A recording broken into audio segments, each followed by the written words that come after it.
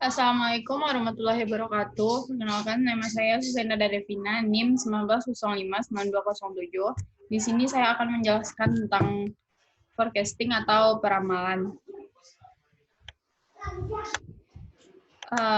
Pengertian dari forecasting sendiri yaitu forecasting atau perkiraan adalah kegiatan yang bertujuan untuk meramalkan atau memprediksi segala hal yang terkait dengan produksi, penawaran, permintaan, dan penggunaan teknologi dalam sebuah industri atau usaha.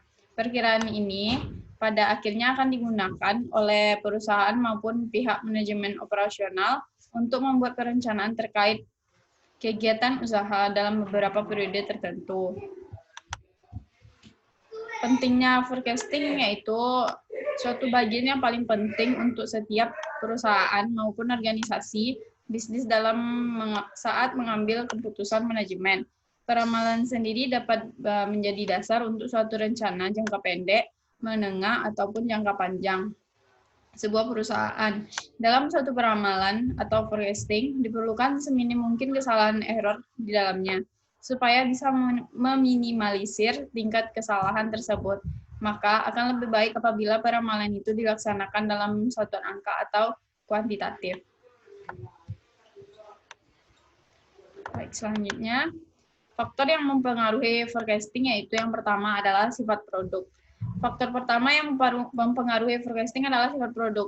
Dalam hal ini, perusahaan dapat menilai apakah produknya dapat bertahan dalam jangka waktu yang panjang atau pendek. Yang kedua, tingkat persaingan. Perusahaan juga harus melihat terlebih dahulu bagaimana tingkat persaingannya dengan kompetitor lainnya. Kira-kira bagaimana posisi perusahaan dibandingkan dengan persaingannya dalam berbisnis. Apakah lebih mendominasi atau justru malah kalah dari kompetitor. Yang ketiga, data historis. Data historis atau data sebelumnya penting untuk diperhatikan oleh perusahaan. Minimal data yang sudah terkumpul adalah data 5 tahun yang lalu. Selanjutnya, manfaat forecasting. Yang pertama, membuat perusahaan mampu meningkatkan pengawasan terhadap seluruh kegiatan perusahaan. Yang kedua, mempererat kerjasama tim yang baik. Yang ketiga, adanya pembuatan rencana-rencana bisnis yang bisa menjadi pedoman bagi perusahaan untuk menghasilkan output yang lebih baik.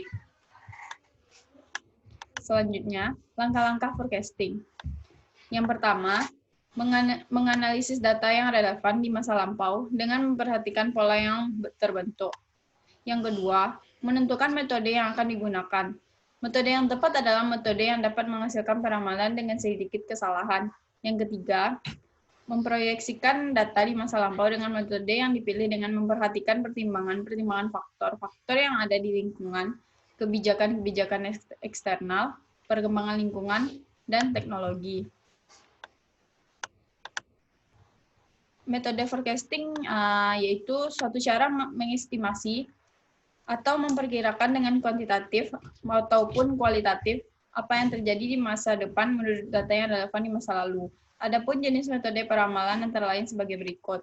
Yang pertama, metode peramalan berdasarkan pemakaian analisa berkaitan antar variabel yang diperkirakan dengan variabel waktu yang dengan deret, berkala, atau metode peramalan time series.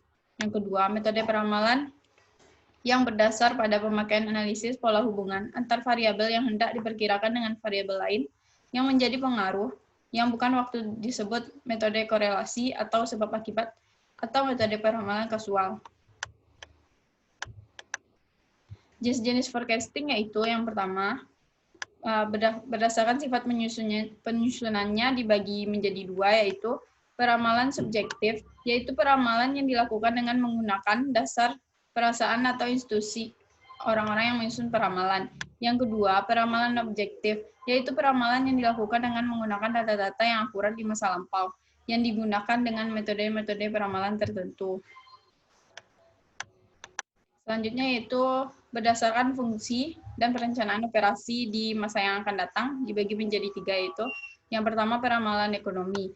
Peramalan yang dilakukan untuk menjelaskan siklus bisnis dengan meramalkan tingkat inflasi, modal, serta indikator ramalan lainnya.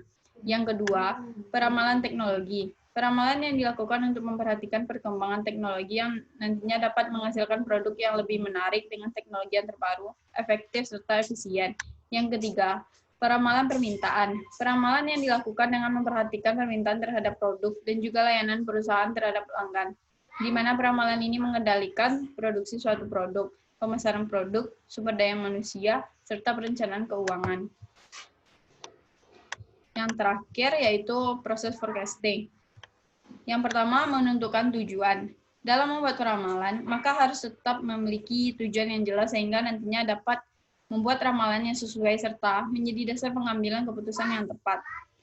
Yang kedua, memilih teori. Menggunakan teori yang tepat dan sesuai dengan ramalan sangat dibutuhkan karena dapat mempermudah kegiatan peramalan. Yang ketiga, pencarian data yang tepat. Perlunya data yang relevan supaya menghasilkan peramalan yang sesuai. Yang keempat, analisis data. Adanya data yang kadang tidak sesuai membuat kita harus menganalisis peramalan dengan teliti. Yang kelima, pengestimasian mode awal. Kita akan menguji data yang ada dengan metode yang telah kita pilih. Yang keenam, menyajikan ramalan sementara kepada manajemen di mana membutuhkan penyesuaian terhadap pengaruh lingkungan. Yang ketujuh, revisi akhir. Yang kedelapan, menyebarkan hasil peramalan dengan tepat waktu. Yang kesembilan, memantau peramalan yang sudah berjalan guna menghindari adanya kesalahan-kesalahan fatal. Baik, itu saja yang dapat saya sampaikan. Apabila ada kesalahan, mohon dimaafkan. Assalamualaikum warahmatullahi wabarakatuh.